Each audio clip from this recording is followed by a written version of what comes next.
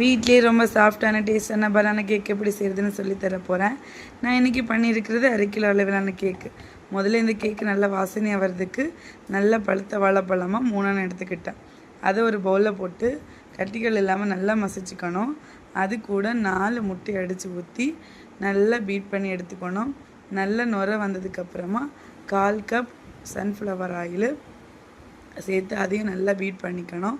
அதுக்கப்புறம் ஒரு மிக்ஸி ஜாரில் 1 கப் சுகர் ஆட் பண்ணி நல்லா பவுடர் பண்ணி எடுத்துக்கணும். இந்த பவுடர் பண்ண சுகரை இந்த முட்டை கூட சேர்த்து கூடவே அரை மூடி வெனிலா எசன்ஸையும் சேர்த்து திரும்பவும் நல்லா பீட் பண்ணி எடுத்துக்கணும். நல்லா நுரை வந்ததுக்கப்புறமா ஒரு ஜல்லடை எடுத்து அதில் 1 கப் மைதா மாவு, 1/2 spoon baking powder, 1/4 spoon baking salt, கூடவே நான் 1/2 ஸ்பூன் கொக்கோ பவுடர் சேர்த்துக்கிட்டேன். ஏன்னா இது மிக்ஸ் பண்ணும்போது நல்லா ஒயிட் கலரில் இருந்துச்சா, அப்போ இது எப்படி கலர் வரும்னு எனக்கு தெரில. ஏன்னா நான் ஃபஸ்ட் டைம் பண்ணுறதுனால. ஸோ கூடவே கொக்கோ பவுடர் ஆட் பண்ணிக்கிட்டேன்.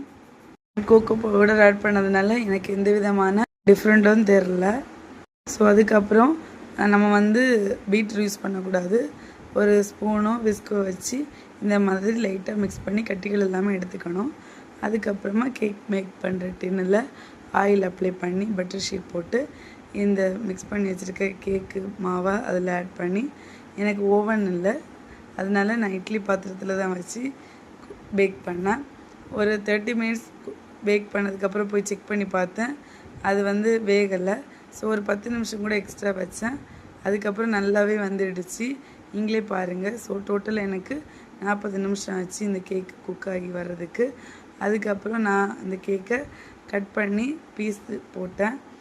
நீங்களே பாருங்கள், நான் தொட்டு பார்க்கும்போது உங்களுக்கு தெரியும் எவ்வளோ சாஃப்டாக இருக்குதுன்னு. அப்புறம் பீஸ் போட்டதுக்கப்புறமா நான் ஒரு பீஸ் எடுத்து டேஸ்ட் பண்ணி பார்த்தேன்.